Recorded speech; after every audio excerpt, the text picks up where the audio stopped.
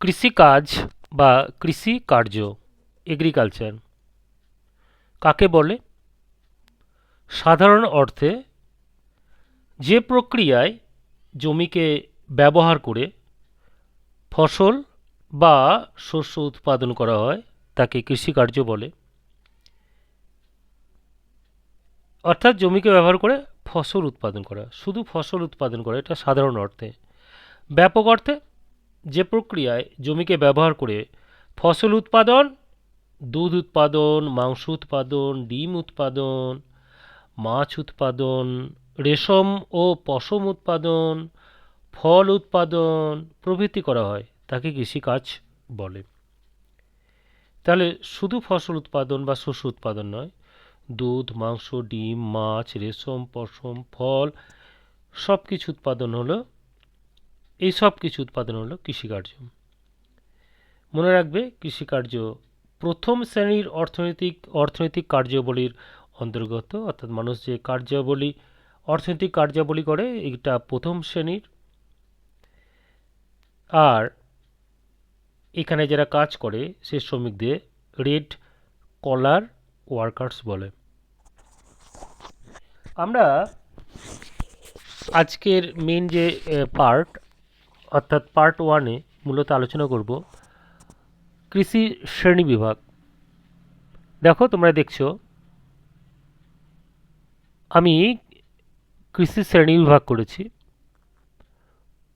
1 number, কৃষি জমির পরিমাণ ও জনঘনত্ব অনুসারে।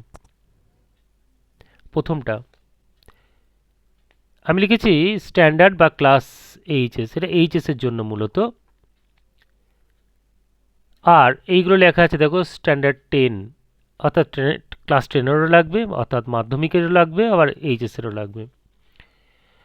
তো কৃষি জমির পরিমাণ ও জনঘনত্ব অনুসারে এখানে কি লিখেছি, জনঘনত্ব বেশি, জমির পরিমাণ কম যেসব অঞ্চলে তাকে বলা হয় নিবিড় কৃষি বা প্রগাঢ় কৃষি, ইন্টেন্সিভ এগ্রিকালচার। আর জনঘনত্ব কম, তুলনায় জমির পরিমাণ বেশি, যেমন অস্ট্রেলিয়া, কানাডা, এগুলোকে বলা হয় ব্যাপক কৃষি, এক্সটেন্সিভ এগ্রিকালচার।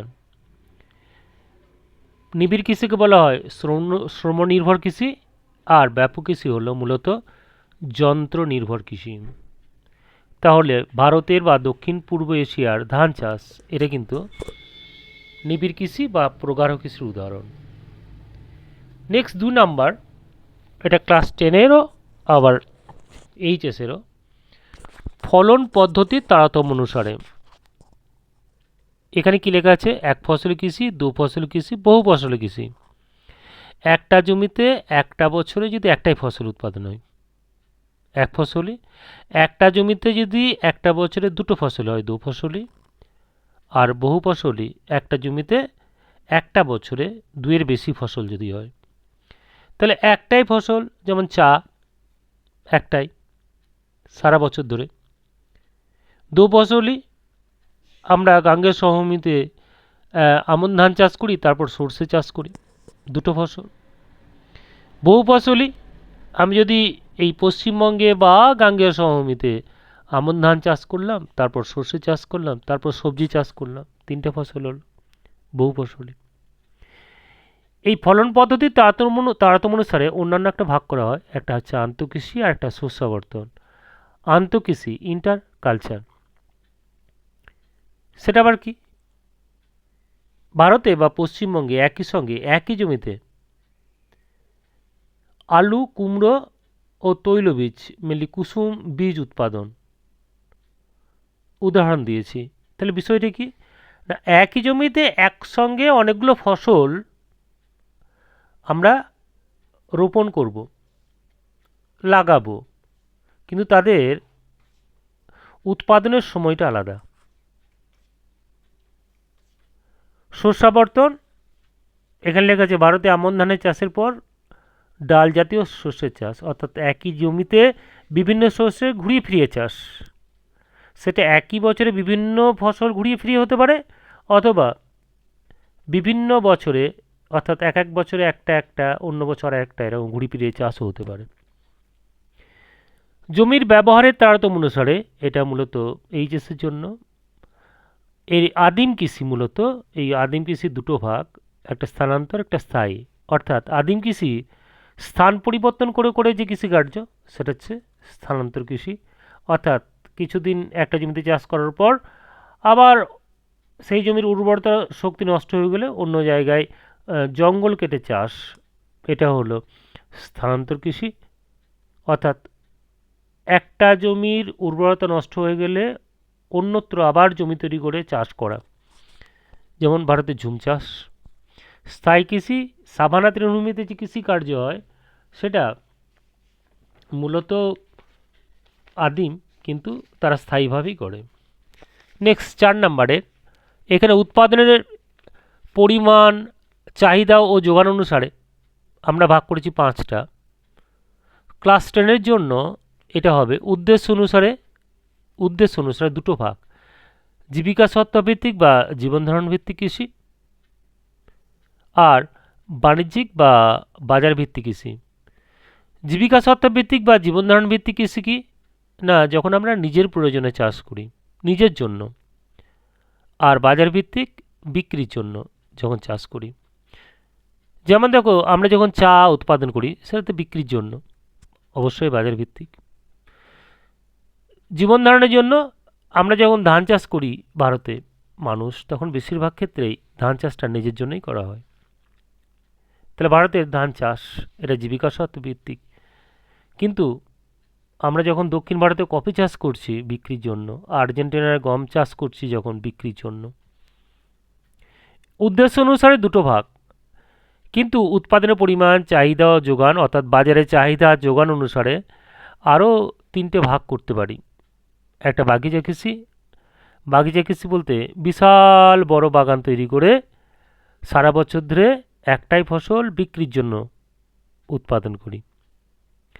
বাজার ভিত্তিক উদ্যান কৃষি, তুলনামূলক ছোট বাগান তৈরি করে বাজারের কাছে, বাজারের চাহিদা অনুসারে ফল, ফুল, সবজি, ভেষজ উদ্ভিদের চাষ, অর্থাৎ দৈনন্দিন বাজার নির্ভর কৃষি। বাজারের কাছাকাছি জায়গায় এগুলো উঠবে, জমিগুলো ছোট হবে, বাগিচা কৃষির মতো অত বড় নয়। মিশ্র কৃষি, একটা জমিতে আমরা একই সঙ্গে শস্য উৎপাদন করব এবং পশুপালনও করব। বিষয়টা কীরকম? বিষয়টা এইরকমই মূলত। সেটা হলো, ধরো আমরা একটা জমিতে গম চাষ করলাম, সেই গম চাষটা, গম উৎপাদন করলাম মানুষের জন্য, কিন্তু গম হয়ে যাওয়ার পর আমি ঘাস চাষ করলাম কি বা ভুট্টা চাষ করলাম, তাহলে সেটা ভুট্টা বা গম এটা পশু আর জন্য উৎপাদন করছি। এই ধরনের কৃষিকার্য মিশ্র কৃষি কোথায় বেশি দেখা যায়? উত্তর পশ্চিম ইউরোপে দেখা যায়। নেক্সট চলে যাও, এটা ক্লাস 10-এর জন্য এবং অবশ্যই এইচএসেরও। আর্দ্রতা, বৃষ্টিপাত ও জল সরবরাহের তারতম্য অনুসারে আর্দ্র কৃষি, অর্থাৎ বৃষ্টি নির্ভর কৃষি। অর্থাৎ বর্ষা আসবে, চাষ হবে, বর্ষা শেষ হবে, ফলন হয়ে যাবে, যেমন ভারতে ধান চাষ। মৌসুমি বায়ু, দক্ষিণ পশ্চিম মৌসুমি বায়ু আসে, প্রচুর বৃষ্টি হয়, এই বৃষ্টিকে নির্ভর করে ধান চাষ, অর্থাৎ আমন ধান চাষ, এটা আর্দ্র কৃষির উদাহরণ। শুষ্ক কৃষি, শুষ্ক অঞ্চলের কৃষি, যেমন স্টেপ অঞ্চলের গম চাষ। আবার এখানে লিখেছি ছোটো ছোটো করে, পশ্চিম ভারতের মিলেট চাষ, অর্থাৎ পশ্চিম ভারতে বৃষ্টি কম হয়, শুষ্ক অঞ্চল, ওখানে জোয়ার, বাজরা, রাগি, এই যে ফসল, এইগুলো শুষ্ক অঞ্চলের কৃষি। সেচন কৃষি, যেগুলো সেচ লাগবে, যেমন সবজি চাষ, সেচ লাগবে, সেগুলো হচ্ছে সেচন কৃষি। সেচন কৃষি জল সেচ নির্ভর কৃষি। এগুলো আমি সব ডেসক্রিপশানে দিয়ে দেবো, তোমরা দেখে নেবে, প্রিন্ট করতে পারবে, অসুবিধা নেই। ঋতুর তারতম্য অনুসারে, এটা ক্লাস 10-এর জন্য 3টে ভাগ। খারিফ চাষ মূলত বর্ষাকালীন চাষ, রবি চাষ মূলত শীতকালীন চাষ, জায়িদ কৃষি মূলত গ্রীষ্মকালীন চাষ। তাহলে বর্ষাকালীন শস্য, খারিফ শস্য, শীতকালীন শস্য, রবি শস্য, গ্রীষ্মকালীন শস্য, জাইদ শস্য বা জাইদ ফসল। আমাদের ধানের উদাহরণ দেওয়া যেতে পারে। ভারতে আমন ধান খারিফ চাষ, শীতকালে হয় বোরো ধান রবি চাষ, আর গ্রীষ্মকালে যে চাষ হয় আউশ ধান।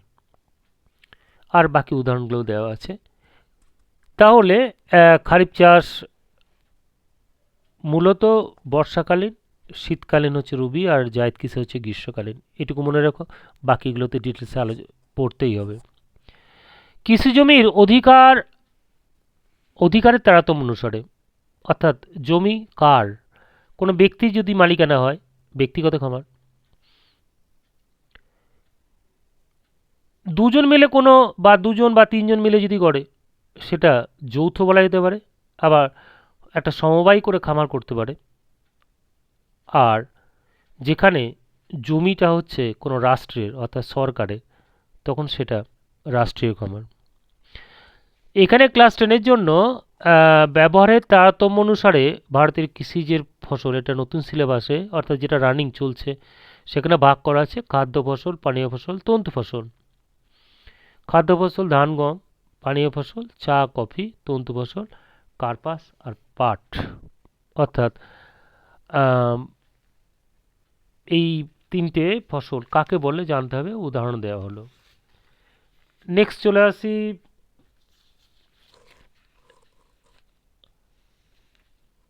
পরেরটা, আঞ্চলিক বিশেষীকরণের তারতম্য অনুসারে। অর্থাৎ বিশেষ অঞ্চলে বিশেষ ধরনের শস্য হয়, মানে শস্য উৎপাদনে বিখ্যাত।